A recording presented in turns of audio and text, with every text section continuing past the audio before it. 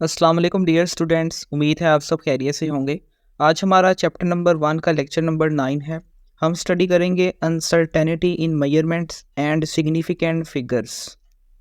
पहले हम समझते हैं अनसर्टेनिटी को। इससे पिछले लेक्चर में हमने एरर को डिस्कस किया था। वहाँ हमने देखा था कि जब हम कोई मेजरमेंट करते हैं तो उस मेजरमेंट के दौरान कोई मिस्टेक हो जाती है। वो गलती इंस्ट्रूमेंट की वजह से भी हो सकती है, इंसान की वजह से भी हो सकती है और इन्वायरमेंट की वजह से भी हो सकती है।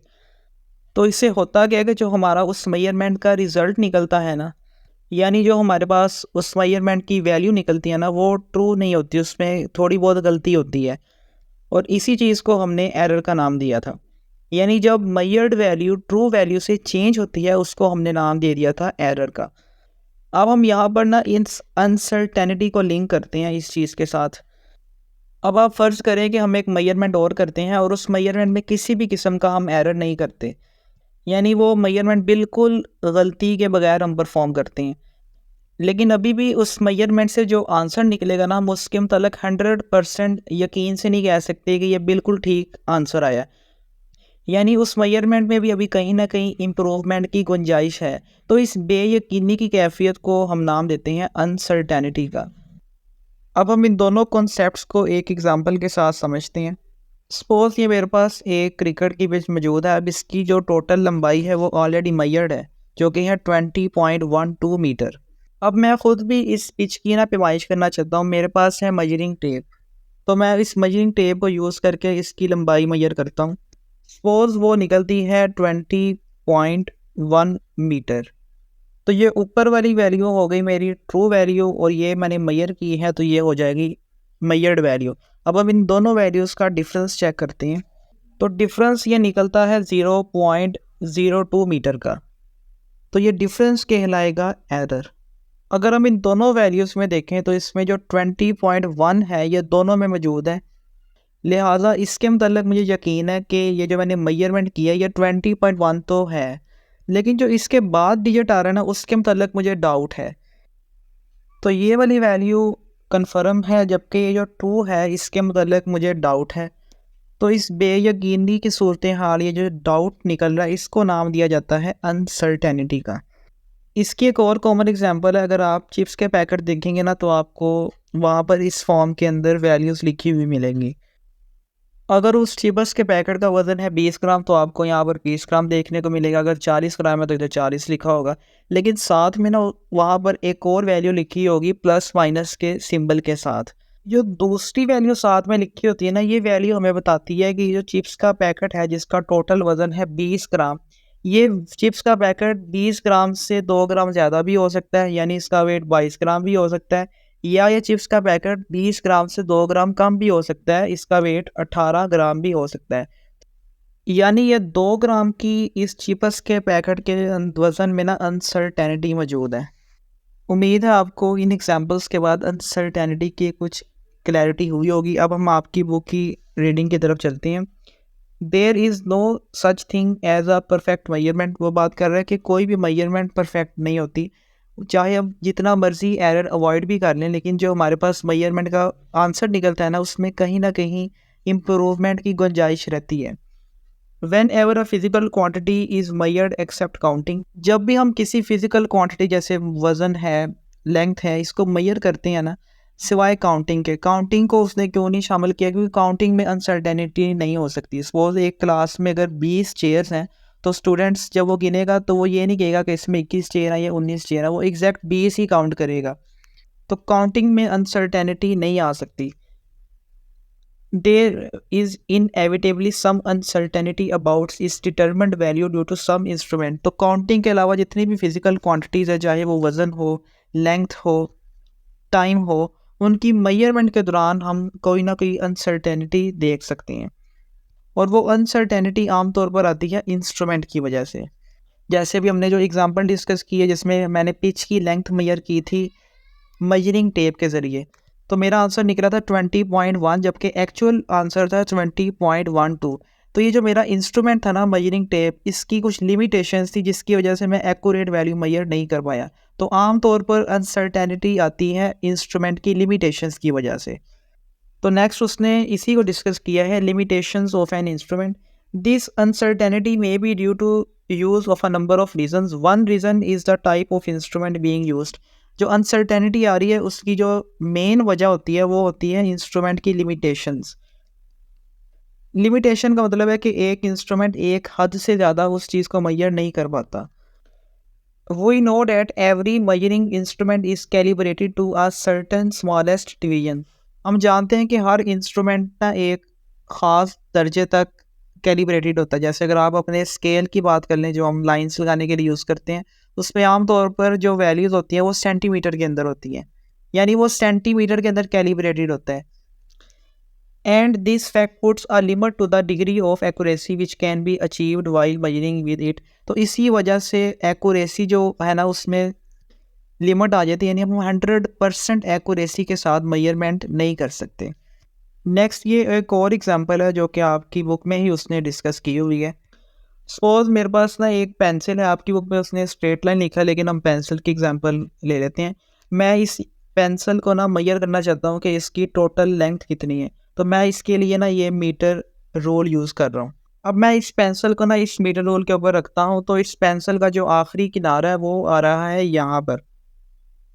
अगर मैं इतने हिस्से को जूम करके देखूँ तो वो यहाँ पर मैंने शो किया हुआ है। अगर आप गौर करें तो ये जो पेंसिल का सिक्का है ना, ये 10.3 और 10.4 वाली वैल्यूज़ के दरमियान में आ रहा है। यानी ना तो ये एग्जैक्ट 10.3 पे आ रहा है, ना ये एग्जैक्ट 10.4 पे आ रहा है, बल्कि इन दोनों के दरमियान में ये आ रहा है। अब एक स्टूडेंट इस पेंसिल की लेंथ मेजर करके कहता है कि इसकी टोटल लेंथ है 10.3। एक और स्टूडेंट इसकी मेजरमेंट करके कहता है कि नहीं इसकी लेंथ है 10.4। अब इन दोनों वैल्यूज़ में देखें तो 10 जो है ना वो कॉमन आ रहा है। इसका मतलब हम 10 के मतलब श्योर है कि इस पेंसिल की लेंथ 10 सेंटीमीटर तो पक्की है, लेकिन हमें डाउट आ रहा है 3 या 4 के बारे में कि क्या ये 10.3 है या ये 10.4 है। यानी यहाँ पर हमारे लिए एक बेयकीनी की सूरत हाल पैदा हो गई है। और ये अनसर्टेनिटी आई क्यों है? ये अनसर्टेनिटी आई है इस मीटर रूल की वजह से जो कि हमारा इंस्ट्रूमेंट है। तो अब हम इस एग्जांपल को रीड करते हैं। Suppose that we want to measure the length of a straight line. हमने पेंसिल की मेजर की है, उसने हमें स्ट्रेट लाइन का कहा है। With the help of a metre rule calibrated in millimetres, हम एक मीटर रोल से इस पेंसिल की या इस स्ट्रेट लाइन की लेंथ मेजर करना चाह रहे हैं। और वो जो मीटर रोल है उसमें जो छोटी लाइंस दी गई हैं वो मिलीमीटर्स के अंदर हैं। Let the end point of the line lies between 10.3 and 10.4 centimetre mark. Suppose वो जो पेंसिल या स्ट्रेट लाइन का आखिरी पॉइंट है ना वो आ रहा है 10.3 और 10.4 के दरमियान।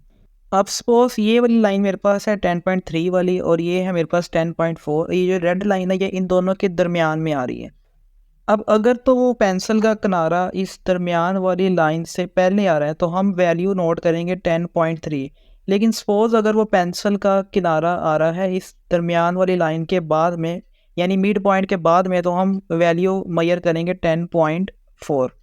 तो इसी बात को उसने यहाँ पर लिखा है कि बाय कन्वेंशन आम तौर पर if the end of the line does not touch और cross the mid point of the smallest division, अगर वो जो लाइन या पेंसिल का आखिरी किनारा मिड पॉइंट यानी जो मैंने रेड वाली लाइन से शो किया है इसको क्रॉस नहीं करता, इससे पहले ही ख़त्म हो जाता है, then the reading is confined to the previous division. तो हम पिछली रीडिंग लेते हैं जो कि यहाँ पर है 10.3। In case the end of the line seems to be touching और have cross the mid point, लेकिन अगर वो पेंसिल या लाइन का किनारा उस मिड पॉइंट से आगे चला जाता है, then the reading is extended to the next division. तो हम अगली रीडिंग लेंगे जो कि है 10.4। Thus, in this example, the maximum uncertainty is 0.05 centimetre. लिहाजा ये जो हमने मेजरमेंट की है जिसमें हमें एक अनसर्टेनिटी देखने को मिल रही है वो मिल रही है 0.05। अब ये 0.05 उसने कैसे निकाला है? वो उसने निकाला है इस मीटर स्केल का लीस्ट काउंट यूज़ करके। अब इस मीटर स्केल का आपने लीस्ट काउंट पढ़ा था वो है 0.1 सेंटीमीटर, यानी इससे छोटी पैमाइश ये नहीं कर सकता। तो इसको अगर मैं 2 पे डिवाइड करूँ तो मेरा आंसर निकलेगा 0.05 सेंटीमीटर, जो कि मेरी अनसर्टेनिटी आ रही है। इसका मतलब ये हुआ कि मैं इस मीटर स्केल से कोई भी लेंथ मेजर कर लूँ उसके अंदर 0.05 की अनसर्टेनिटी रहेगी। या तो वैल्यू 0.05 ज़्यादा होगी या वो वैल्यू 0.05 कम होगी। It is in fact equivalent to the uncertainty of 0.1 centimeter equal to the least count of the instrument divided into two parts, half above and half below the recorded reading. Next अब हम देखते हैं कि uncertainty जब measurement में आनी ही आनी है तो हमने उसको रिड्यूस कैसे करना है. The uncertainty in the small length such as diameter of a wire and short interval of time can be reduced further by taking multiple readings and then finding the average value. तो इसका एक तरीका है कि suppose हम किसी wire की diameter मालूम करना चाह रहे हैं या हम कोई टाइम मेजर करना चाह रहे हैं, तो आप उसकी बार बार रीडिंग्स लें, मल्टीपल रीडिंग्स लें. एक दफ़ा रीडिंग ली, दूसरी दफ़ा लें, तीसरी दफ़ा लें. इससे आपको ना कई वैल्यूज़ निकल आएंगी. आपने फिर उन वैल्यूज़ का एवरेज लेना है. उससे हमारे पास एक एवरेज वैल्यू निकल आएगी जिसको हम कह सकते हैं कि ये एक्चुअल वैल्यू के करीब हो सकती है. तो ये एक तरीका है अनसर्टेनिटी को कम करने का. For example the average time of one oscillation of simple pendulum. ये हमने पिछले एरर वाले टॉपिक में एग्जाम्पल पढ़ी थी. एक सिंपल पेंडुलम कि आपने ऑसिलेशन फाइंड करनी है तो आप उसकी 30 रीडिंग्स ले लें, यानी 30 टाइम्स इसकी ऑसिलेशन फाइंड कर लें और उसका बाद में एवरेज ले लें. उससे आपको तकरीबन एग्जैक्ट वैल्यू निकल आएगी. Found by measuring the time for 30 oscillations. The uncertainty और accuracy in the value of measured quantity can be indicated conveniently by using significant figures. अगली बात यह है कि अनसर्टेनिटी को हमने अब शो कैसे करना है. उसके लिए हम एक नया कॉन्सेप्ट अब हम पढ़ेंगे जो कि है सिग्निफिकेंट फिगर्स का. तो अब हम स्टार्ट करते हैं सिग्निफिकेंट फिगर्स को. We can count the number of candies in a jar and know it exactly by counting. Suppose हमारे पास ये एक कैंडीज़ का ना जार है, तो हम इसके अंदर कितनी कैंडीज़ मौजूद हैं उसको काउंट कर सकते हैं. उसमें हमें किसी भी किस्म की अनसर्टेनिटी देखने को नहीं मिलेगी. अगर 100 कैंडीज़ है तो हम 100 रिकॉर्ड कर लेंगे, अगर 50 है तो हमें 50 काउंटिंग मिलेगी. But we can not measure the height of the jar exactly. लेकिन अगर आपको कहा जाए कि आपने इस जार की मेजरमेंट करनी है कि इसकी टोटल लंबाई कितनी है, तो उस वैल्यू के अंदर आपको अनसर्टेनिटी कहीं ना कहीं देखने को मिलेगी. All measurements include uncertainties depending upon the refinement of instrument which is used for the measurement. जितनी भी मेजरमेंट्स हम करते हैं उनमें कहीं ना कहीं अनसर्टेनिटी मौजूद होती है और वो अनसर्टेनिटी डिपेंड करती है उस इंस्ट्रूमेंट में जो कि हम यूज़ कर रहे हैं मेजरमेंट के लिए. अब अगर तो वो इंस्ट्रूमेंट बहुत ज़्यादा रिफाइन होगा, बहुत अच्छा कैलिब्रेटेड होगा, बहुत अच्छी क्वालिटी का होगा, उसमें एरर कम से कम होगा, तो उससे जो मेजरमेंट हम करेंगे ना उस मेजरमेंट में भी अनसर्टेनिटी कम होगी. तो अनसर्टेनिटी हम कम कर सकते हैं अगर हम ज़्यादा प्रिसाइज या ज़्यादा एक्यूरेट इंस्ट्रूमेंट यूज़ करें. It is important to reflect the degree of uncertainty in a measurement by recording the observations in the significant figures. और जो अनसर्टेनिटी हमें देखने को मिलती है उसको हम रिकॉर्ड करते हैं सिग्निफिकेंट फिगर्स का यूज़ करके. आगे उसने इनको डिफाइन किया है कि द सिग्निफिकेंट फिगर्स और digits are the digits of a measurement which are reliably known. तो सिग्निफिकेंट फिगर्स किसी भी मेजरमेंट के वो डिजिट्स होते हैं जिनके बारे में हम 100% श्योर होते हैं कि ये वैल्यू हमारी यहाँ तक ठीक है. जैसे हमने पीछे वाली एग्जांपल देखी थी कि उसमें 20.1 तक हम श्योर थे कि ये 100% वैल्यू ठीक है, तो ये हमारा सर्टेन डिजिट्स थे. और जो ये दूसरा आंसर था 2, इसके बारे में हम डाउटफुल थे. नेक्स्ट उसने इस टॉपिक में एक और एग्जांपल डिस्कस की है. Figure 1.14 shows a rod whose length is measured with a ruler. हमारे पास ये एक ब्लैक कलर का रॉड है और हम इस मीटर रूलर का यूज़ करके इसकी लेंथ मालूम करना चाहते हैं. The measurement shows the length is between 4.6 and 4.7 centimetre. अब इस रॉड की जो लेंथ निकल रही है वो यहाँ तक आ रही है और वो 4.6 और 4.7 सेंटीमीटर के दरमियान में आ रही है. Since the length of the rod is slightly more than 4.6 centimeter but less than 4.7 centimeter, so the first student estimate it to be 4.6 centimeter and whereas second student take it as 4.7 centimeter. अब इस rod की length ना तो पूरी 4.6 है ना ही पूरी 4.7 है, बल्कि इन दोनों के दरमियान में आ रही है. तो एक स्टूडेंट इसको मेजर करता है कि ये 4.6 सेंटीमीटर है और दूसरा स्टूडेंट कहता है कि नहीं ये 4.7 सेंटीमीटर है. The first student thinks that edge is near to 6 millimeter mark whereas the second student consider the edge of the rod near 7 millimeter mark. 4.6 वाले स्टूडेंट ने 4.6 इसलिए कहा था कि उसको लगा कि जो रॉड है ना वो 4.6 के बिल्कुल पास आ रहा है, जबकि जो 4.7 जिसने मेजर की थी उसने इसलिए 4.7 कहा है कि जो रोड है उसका आखिरी पॉइंट आ रहा है 7 मिलीमीटर मार्क के पास। So it is difficult to decide what is the true length, लिहाजा हमें श्योरिटी नहीं है कि इसकी एक्चुअल में 4.6 है या 4.7 है।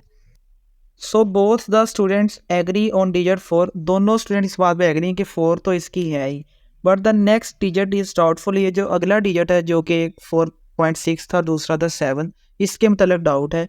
Which has been determined by estimation only and a probability of error, और उसमें कोई एरर हो सकता है, कोई अनसर्टेनिटी हो सकती है। Therefore it is known as doubtful digit, लिहाजा जो दूसरा डिजिट है शारिया के बाद वो कहलाएगा हमारा डाउटफुल डिजिट।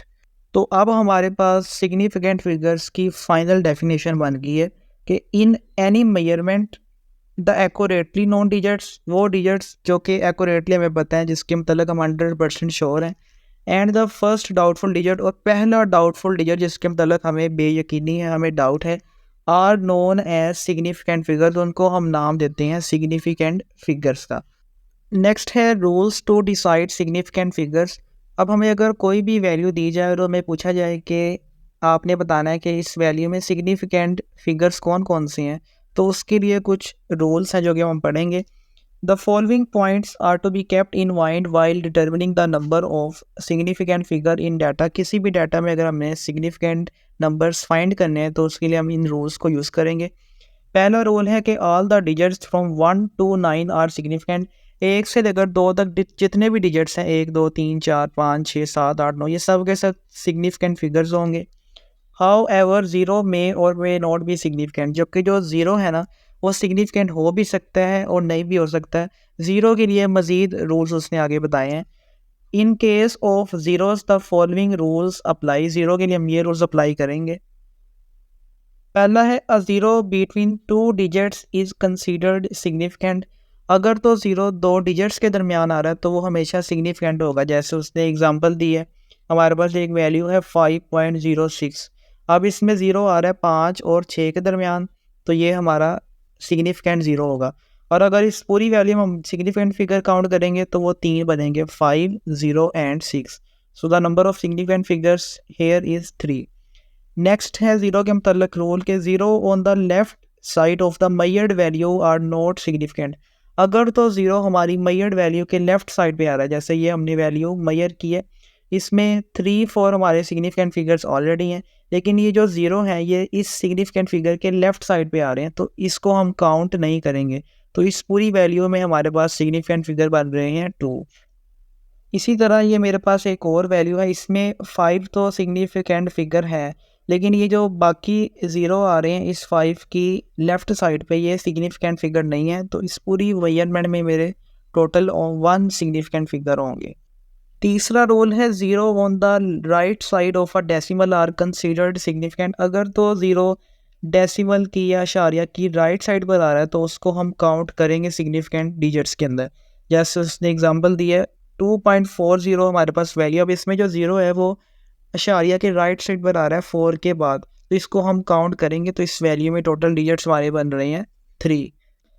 और चौथा रूल है if numbers are recorded in the scientific notation. हमने साइंटिफिक नोटेशन पढ़ी थी जिसमें हम 10 की पावर में कोई वैल्यू लिखते हैं, then all the digits before the exponent are significant. तो आपने वो 10 वाली वैल्यू छोड़ देनी है, उसके अलावा जितनी वैल्यू होगी वो हमारी सिग्निफिकेंट फिगर वाली होगी। जैसे ये उसने हमें एग्जांपल दिया जिसमें 3.50 मल्टीप्लाई बाई 10 की पावर 4 है। अब ये साइंटिफिक नोटेशन में वैल्यू लिखी हुई है, तो इसमें हम 10/4 को काउंट नहीं करेंगे, बल्कि हम सिर्फ इसमें काउंट करेंगे 3.50, और इसमें देखिए कितने सिग्निफिकेंट फिगर हैं। तो इसमें देखें तो 3 बन रहे हैं। So significant figures are 3। मज़ीद उसने इस टॉपिक के एंड पे ये कोई क्विज दिया है कि how many significant figure are in each of the following. आपने इनमें बताना कि कितने सिग्निफिकेंट फिगर है। पहली अगर वैल्यू देखें वो है 1.25 इंटू 10⁻²। अभी हमने लास्ट रूल पढ़ा कि आपने 10 की पावर वाली वैल्यू को काउंट नहीं करना, तो इसको हम काउंट नहीं करेंगे। बाकी हमारे पास बच रहा है 1.25 और उसमें हमारे पास 3 सिग्निफिकेंट फिगर बन रहे हैं। दूसरी वैल्यू है 12.5 सेंटीमीटर, इसमें तो सिंपली 3 सिग्निफिकेंट फिगर आ रहे हैं। तीसरी वैल्यू है 0.125 मीटर। हमने एक अभी रूल पढ़ा है कि अगर ज़ीरो जो है वो डेसिमल के लेफ़्ट साइड पर आ रहा है तो उसको हम काउंट नहीं करेंगे। तो हम सिर्फ इतने पार्ट को यहाँ पर काउंट करेंगे और वो निकल के आ रहा है 3 सिग्निफिकेंट फिगर्स। और लास्ट वैल्यू में ये उसने दिया है, इसमें भी जो लेफ़्ट साइड पर 0 आ रहे हैं उनको हम काउंट नहीं करेंगे, तो हम सिर्फ इतने पार्ट को काउंट करेंगे और उसमें भी कितने सिग्निफिकेंट फिगर आ रहे हैं 3। यहाँ पर आपका आज का लेक्चर कंप्लीट होता है। उम्मीद है आपको ये कंसेप्ट अच्छे से समझ में आया होगा। अगर आपको वीडियो अच्छी लगी तो वीडियो को लाइक, शेयर और चैनल को सब्सक्राइब कीजिएगा। आपसे मुलाकात होगी नेक्स्ट लेक्चर में। अल्लाह हाफिज़।